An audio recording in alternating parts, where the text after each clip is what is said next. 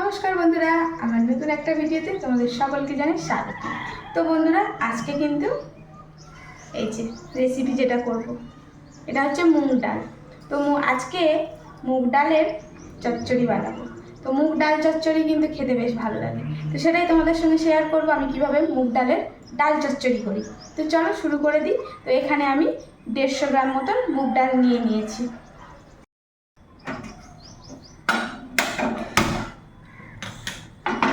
তো এখন একটা কড়া বসিয়ে দিলাম, আর এর মধ্যে আমি এই যে মুগ ডালটা দিয়ে দেবো।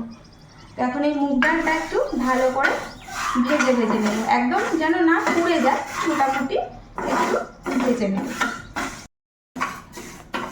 তো এই তো ডালটা বেশ সুন্দর করে ভেজে নিয়েছি। এখন কিন্তু এই ডালটা ভালো করে ধুয়ে ফেলবো। এই তো ডালটা ভালো করে ধুয়ে নিয়েছি ভাজার পরে। এখন কিন্তু এই ডালটা সিদ্ধ করতে বসিয়ে দেবো।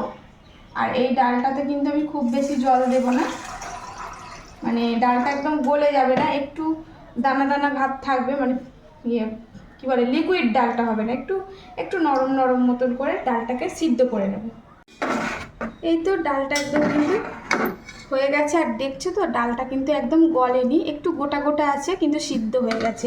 এই রকমভাবে কিন্তু ডালটা বানাতে হবে, একদম গলে গেলে হবে না। এই যে এইভাবে ডালটাকে সিদ্ধ করে নিতে হবে। তো এখন ডাল সিদ্ধ হয়ে গেছে।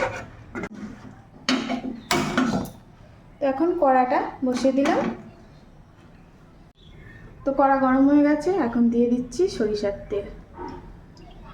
তো এখন একটু গোটা জিরে দিয়ে দেব, এর মধ্যে দিয়ে দেবো কুচিয়ে রাখা পেঁয়াজ। এখন এর মধ্যে দিয়ে দেব কুচিয়ে রাখা কাঁচা লঙ্কা, সেটাকে একটুখানি ভাজা ভাজা করে নেব। তো এখন এর মধ্যে দিয়ে দেব একটু আদা কুড়িয়ে রাখা, আর দিয়ে দেব সরু সরু করে কেটে নিয়েছিলাম একটা টমেটো, তো এটাও দিয়ে দিলাম। এতে একটু ভাজা ভাজা করে নিচ্ছি। এখন দিয়ে দিচ্ছি এর মধ্যে একটু হলুদ, দিয়ে দিব অল্প করে লঙ্কার গুঁড়ো, আর দিয়ে দেব একটু ধনিয়ার গুঁড়ো। তো এখন এটাকে একটু কষিয়ে নেব। তো এখন এর মধ্যে দিয়ে দেব একটু লবণ, মানে স্বাদ মতো। তো এখন এটা মোটামুটি কষানো হয়েই গেছে, তেল ছেড়ে এসছে। এখন এই পর্যায়ে কিন্তু আমি এর মধ্যে এই যে ডালটা সিদ্ধ করা আছে, এই ডালটা কিন্তু এর মধ্যে ঢেলে দেব।